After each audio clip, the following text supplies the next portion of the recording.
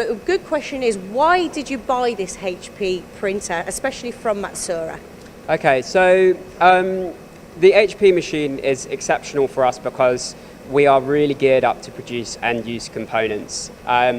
The materials that it works with are incredibly versatile. They can be used in all sorts of different industrial applications. And also the speed and recyclability of the unused powder means that we can produce components incredibly quickly with a short lead time and for a very economical price point.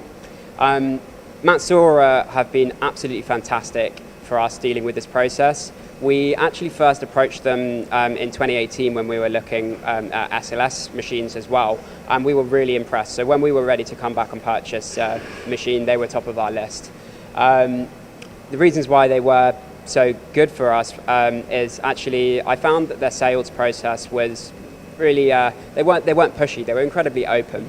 They explained to us all of the positives of the machine, as you'd expect, but they actually also really went through all of the drawbacks too.